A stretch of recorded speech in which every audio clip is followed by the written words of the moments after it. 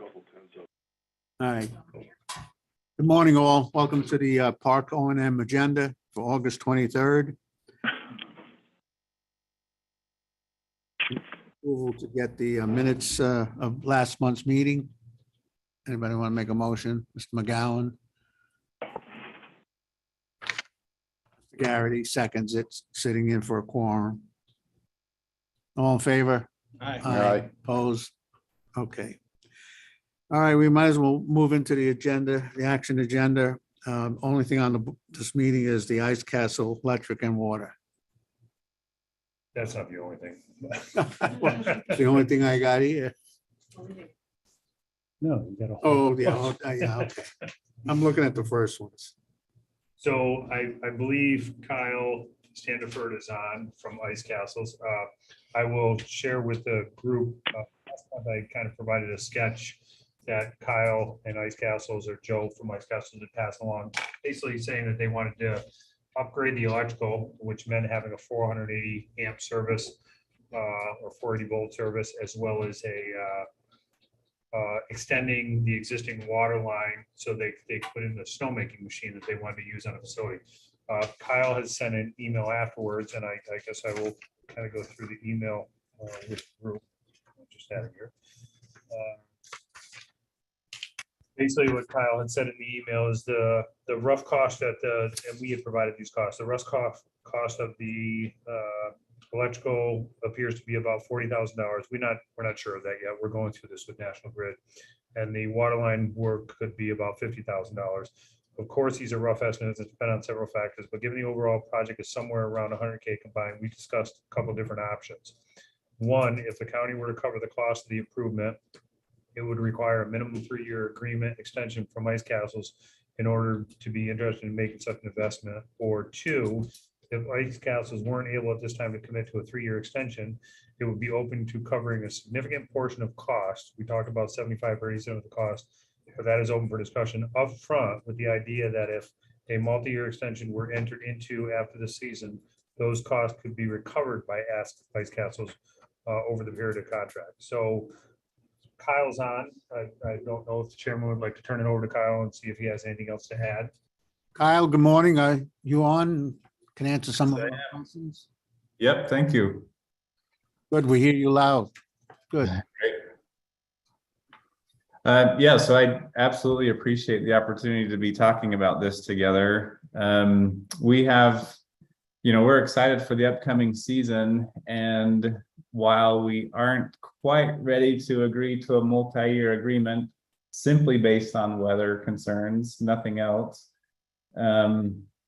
we do have desires to have those improvements to the electrical and to the water, and completely understand that the county or town may not be willing to pay those costs without some sort of commitment. That's totally understandable. So we are open to discussing us covering a significant portion of those costs, assuming we can get those put in for this season, in preparation for this season.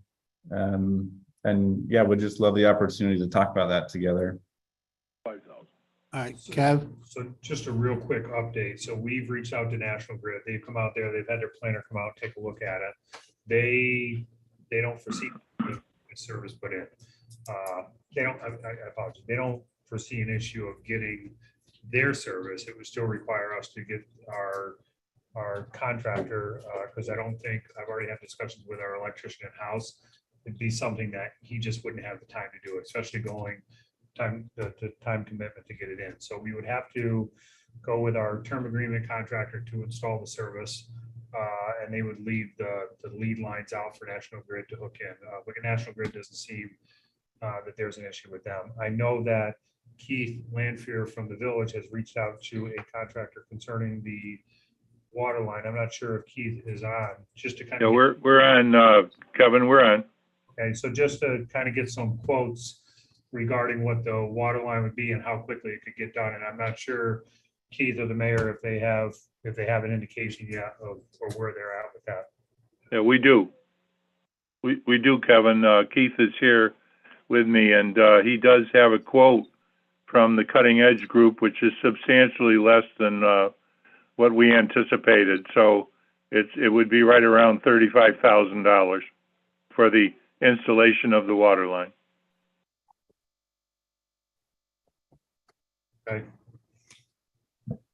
Any indication on time frame there, Mayor Blaze or Kevin or Keith? I'm sorry. Yeah, I think we're trying to, well, once we get confirmation again from your organization, to proceed, I'd have to notify the contractor as soon as possible of this, mostly because of the lead time to get material. Yeah. Yeah, so that's really one of our biggest hurdles. We experienced that earlier this year on a different project. So the decision, in my opinion, here we are almost into September. I think it should be decided quite rapidly, so that we can determine exactly what we're going to do on both ends, electrical and water. You want to finish with them? Good. Okay.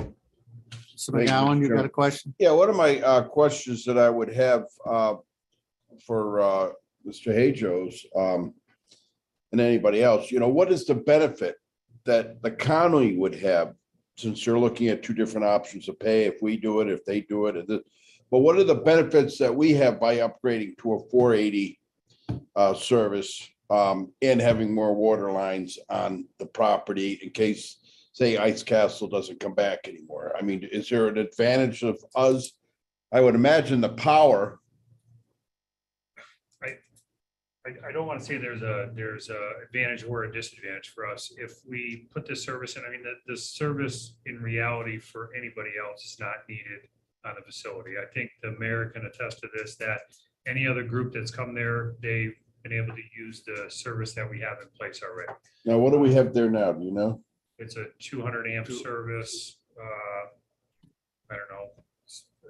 Keith, correct me if I'm wrong, 50, 60 breakers or something like that. 200 amp Oh yeah, it's a large panel, lots of breakers that get used regularly. We do put a lot of power out of that panel, but it's always been able to facilitate everybody that we've had to this date. So Yeah, that's correct, Kevin. We've had very, very large, we've been filled to capacity there with crafters and car shows, 3 stages. The electrical service that we have there presently is more than adequate for everyone that we've had, and obviously with the exception of the ice castles. Yep. So my question is, so is it a 3-phase service that's over there now? no, single phase. Oh, it's just single phase. So going to a 480, would we be going to a 3-phase or? Yes. It would be required to have 3-phase, 480 amps. All right, so there's an advantage there for, I see, of upgrading to the 480 is going to the 3-phase. So, all right, thank you. And really, no advantage of having more water on the site. We have plenty of water on the site currently, The delivery.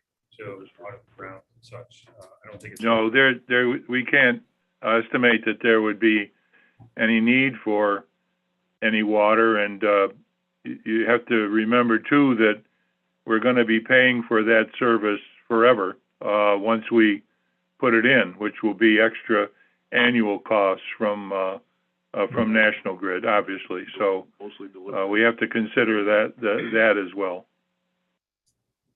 That's the electric you're talking about, right, Mayor? Yes. Yes. Yes. Well, the service coming in there is a monthly charge, National Grid, depending upon what our demand is. So we'll be having a service charge annually much larger than what we have now, of course. It'll be the delivery. And the delivery charge is going to be greater. Go ahead, Kevin. I have a question about the water line. What are we talking about water line? How much water line are we talking? Just running it on the grass? No. Oh, What are you talking about? This is a excavated 5 feet deep water line to, Keith, correct me if I'm wrong, maybe run about 100 feet. Approximately between 130 and 150 feet. The quote that we have is for directional boring to try and eliminate as much disturbance and repair that we would have to do if we did a traditional excavation to install the pipe. There'll be a hydrant on the end of it, which is a pretty good, that's in the cost as well. So it's going to be an additional approximately 150 feet of 4-inch HDPE pipe installed. Kevin, go ahead. Yeah, just to add on what Keith was saying earlier with finding materials, if we had tied into the existing, Keith, correct me if I'm wrong, I thought they were ductile iron, but if we had gone to ductile iron, we would have been on a 20 to 30 week wait to get ductile iron pipe for this project. Yes, that's correct. And what we have there now through some investigation of that project when they did the original construction, our only reasonable way to attach an extension of the main is on the existing 4-inch HDPE that actually feeds to the bathroom building and then feeds the rest of the park. The 6-inch cast iron actually got discontinued closer towards Beach Road. So it wouldn't. So we're trying to utilize what we have. I spoke with Joe from Ice Castles as well. He verified that the 4-inch service would be suitable for what they need, and that's including their upgrade that they're looking for this upcoming event. So he feels confident with that amount of water and the size of the pipe. And if it's helpful, I can just briefly elaborate on the reason for our needs here that we're requesting. The water line, we did run above ground last winter, and that ended up freezing a couple of times, which you can imagine obviously creates some problems for us to be able to build the castle. And it also limited us from having enough ice mass to withstand some of those rainstorms that came through. So having that main line buried, all the way until the park within the fence gives us an incredible advantage to be able to mitigate some of those risks. And then the change in the power is needed because we are anticipating expanding the experience and bringing in some snowmaking equipment that we're renting. It's equipment that you can make snow really in any temperatures, and it gives us an advantage to be able to lengthen the season and mitigate the weather risk and incorporate some new features that are pretty exciting. So we're doing all of this in an effort to mitigate the weather risk and expand our season and our experience to increase our chances for success each year. Yes. Mr. Chairman. Dynamite Hill has snowmaking. We use portable generator. Is that a possibility here? Yes, it is. When we looked at the generator costs for the size of the snowmaking, this isn't a traditional snowmaking equipment with a booster pump and a snow gun. This is actually a self-contained piece of equipment, like I said, that you can make snow in any temperature. So it's a little more specialized. Yes, we've looked at running off of a generator, and the cost of diesel and the cost for the generator and how long we would be running that, plus the noise and all of that goes with it, makes it pretty significant from a cost perspective, as well as just the pain of using it and detracting from the experience with the noise. Mr. McGowan? Yes, thank you, Mr. Chairman. So overall, what are we talking for costs between these upgrades? Well, you got about, looks like 75,000. I got 35 for watering, and you're saying 40 for electrical? Right. The electrical may come down. That may come down a little bit. We haven't necessarily reached out and got an estimate from our term agreement contractor yet. We've kind of done an estimate through Frank Lehman's, who's our county electrician. He basically estimated all the material out. Pay 80. And then put, what he seemed to be reasonable for labor costs associated. 1 year. I would say 75,000 is right now, maybe a little bit less on that, but 75,000 is a good cost to hold right now. Kevin, can I ask a stupid question, I think? Can they separate these two electrical powers so that maybe we can just shut the one off that we don't need, that we don't get charged for it? No?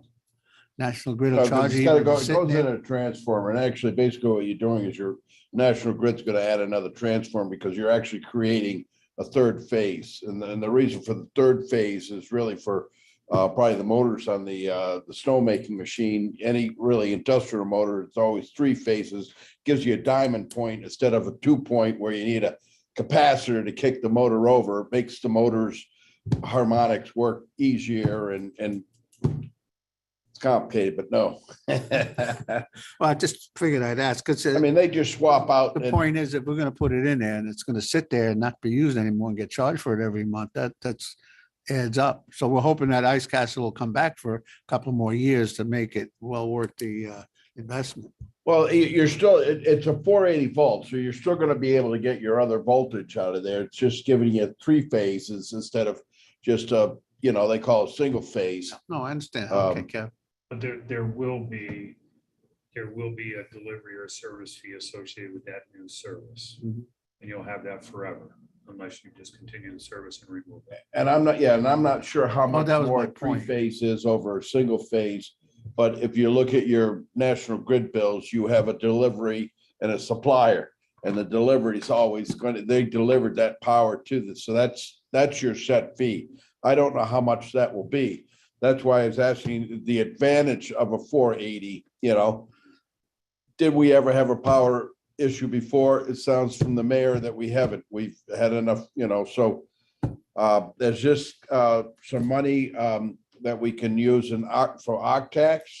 Coming from Octax, I don't know what we've already, have we given them any money this year?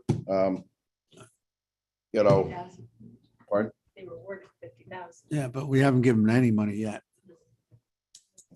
We gotta wait for a contract before we can give them any money. But I But think- that's my other point, Kyle. It's getting to be the end of August, and as far as tourism goes and advertising, we're holding up some of our winter advertising to find out if we're gonna get Ice Castle or not. Because it's, we advertise 4 or 5 months in advance, so that was something that was brought up to me a couple of weeks ago about through the tourism. So just something that we really got to get on and get a decision made, and hopefully by at least the 1st of September. Yeah, well, and to that point, we've absolutely committed to coming this season. We're making all the preparations and moving forward with that. I don't see any need to hold up any of the advertising and marketing efforts with longer lead times. This is just to see what we can do. Like we said, we could do generators on the power, but it's going to be incredibly costly and has much more of many more failure points in us making snow. And then the water we could run above ground, but it poses significant risks, which we already experienced last year. So yeah, we're committed to coming this year. We're just trying to make it better long-term for everybody. So, Mr. Chairman, the mayor, could we hear again what actually, or from Kyle, if you'd like, what actually is the proposal from Ice Castle as far as sharing these costs? What would be the proposal right now that's on the table as far as sharing the cost of approximately $75,000? Kevin, you want to answer that one for me? I'm happy to just speak from Ice Castle's perspective. Given the new information with the water, from our original conversation, we were thinking we could fund maybe 70 to 80% if it were an estimated $100,000 cost. If we're looking at an estimated $75,000 cost, I would propose that Ice Castles just front the cost for those improvements. And then maybe the discussion is there a way, if Ice Castles were to enter into a multi-year agreement, is there a way to recover a portion? I don't know what amount that would be, maybe 50%, maybe more, I don't know, of those costs over time. And so that would be my proposal, is that we cover the cost of installation right up front. And then if we enter into a long-term agreement, is there a possibility to recover some of that in an ongoing partnership effort? Mr. Mayor, do you have an opinion on that? I do. I think that's a workable Obviously, Kyle's opening himself up to furnish the money up front, which we're estimating to be about $75,000. I'm sure we can work out a reasonable payback as long as the County Board of Supervisors agrees. The value of having Ice Castle there is enormous, and I don't have to go into that with the county for sure. And having them back just this year will be a tremendous boost to us. And I think if we can get these facilities in, and I think with my connections with National Grid, we can work out a very good deal. I think it's workable, and I think we should try our very best to fulfill our goal of getting these services in, and then working out a deal with Kyle. As long as he's willing to pay these services up front, I don't see why we can't work out something to, down the road, perhaps recover 50% of this. If Ice Castles continues to come, the impact will be far greater than our share and Kyle's is, I'm sure. And I think, hopefully, Gene, you've seen the figures from the impact that Ice Castles had last year in a year where we were 2 or 3 weeks short of what maybe the potential was. So all we can do is pray that we have a better year this year. And I believe it's worth it. That's my opinion.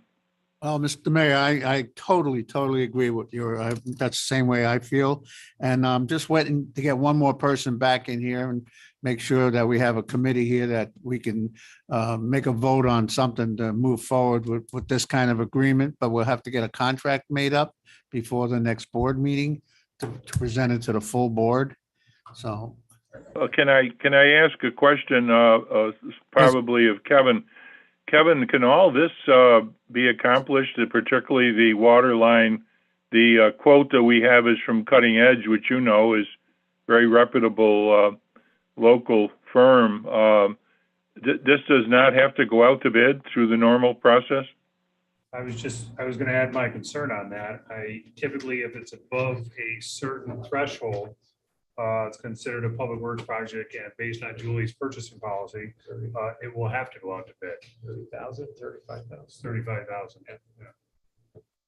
So that's is that going to interfere certainly with our timetable for ordering equipment?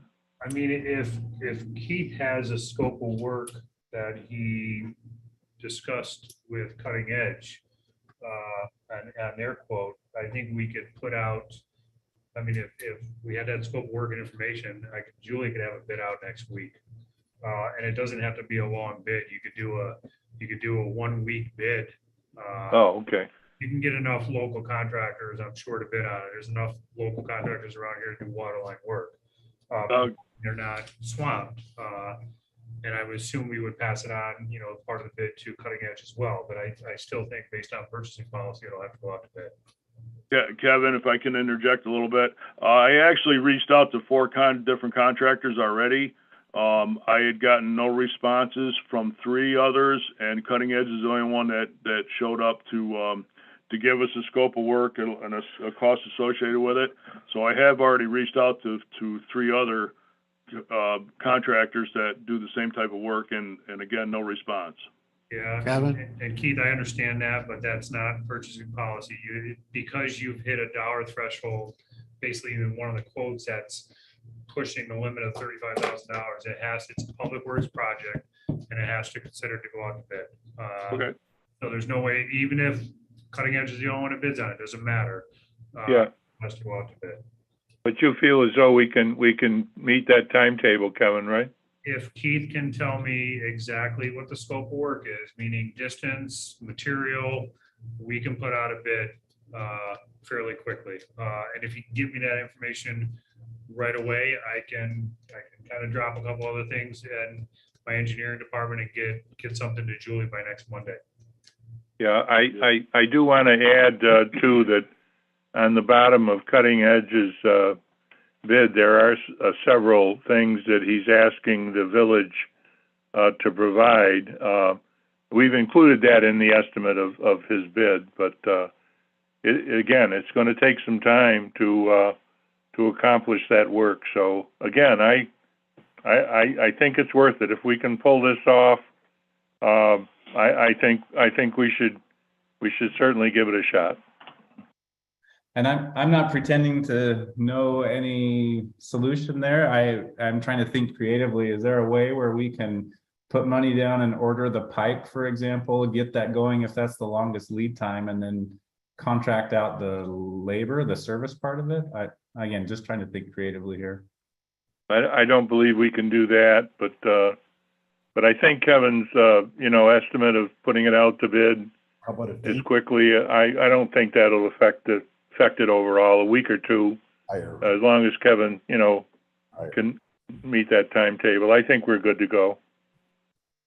I was asked the question of whether or Go ahead. not, Kyle, you could just hire the individual to do the work. I mean, you can, but I still think it would send up a red flag to purchasing, because it's still a public works project, regardless of whether or not somebody else is doing the work. It's still a public works project.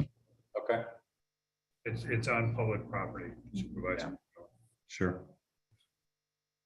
All right. So Darn. how about if we all work to get on Take this? it out of the box. We tried. That was a good question. If we all get together and get all this information back to Kevin and get a bid out there, because we don't have to bid it for long, a week, 10 days, and What about the electrical? You gonna do the same for that? We would most likely bid that, depending on what the quotes come in as. I have the ability under my authority to go up to $20,000 worth of a project. If it becomes much more than that, and I don't know what the electrical, again, Frank did an estimate based on what he thought it would be. You thought it was around 40,000. Yeah, but I honestly. It's over think your with 20. what we've- Even if it's 30, it's over your 20. Yeah. So why don't we plan on doing both together? But I already have all the information for the electrical, because Frank Okay. provided all that material. all right. Thank you all, Kyle, Mr. Mayor, Keith. Appreciate all this effort. We're all trying hard to get this project going. We're looking forward to it. It's good for the project. It's good for the county. And I think we'll make it all. We always do. Thanks for your consideration. We sure appreciate the working relationship. But we also got to talk about making sure we get the contract.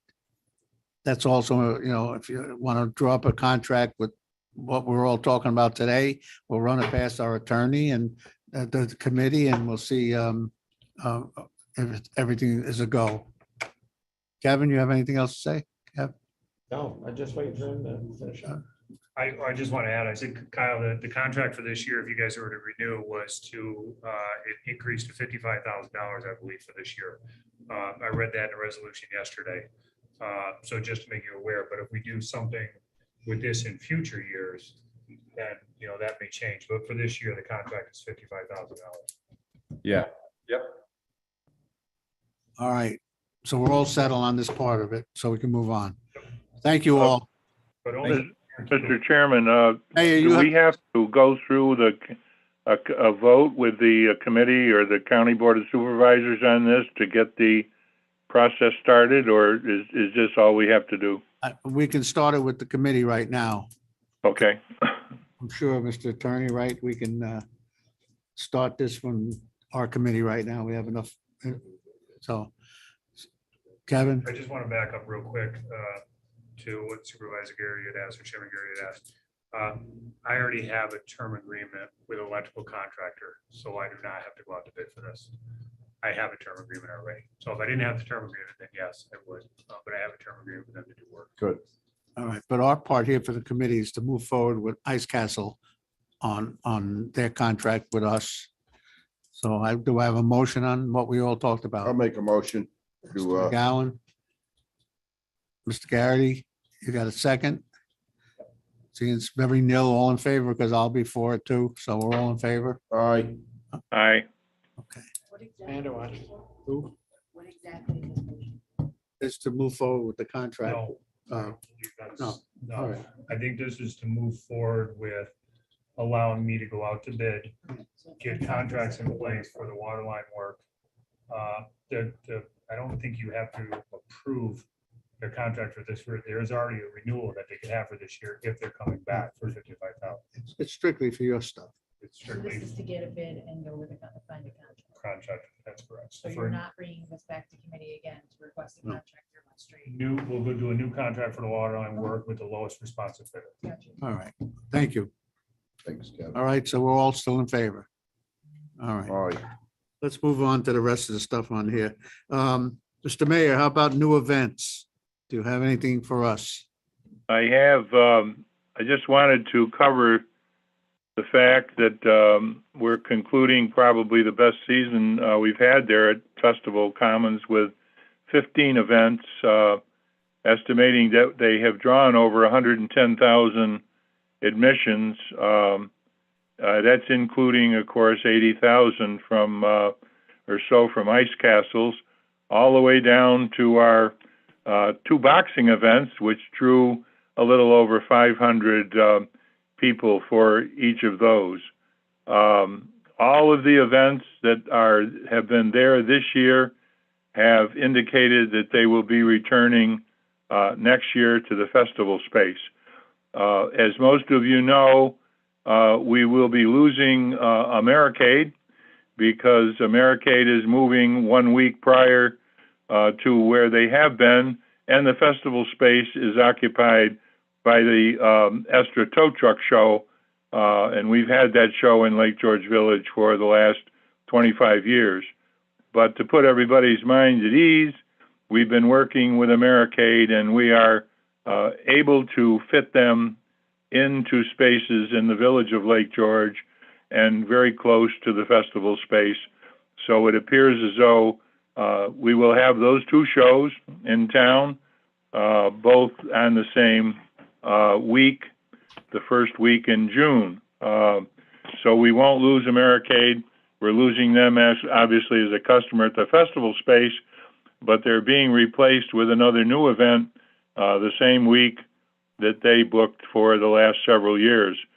So in addition to the 15 events that we have booked, I'm working with 3 new events, a food wagon championship, which I believe will be extremely successful, a Star Trek festival, get ready for that, and I'm working with a group from Lagos that puts on shows all across the country, and they're interested in coming to Lake George.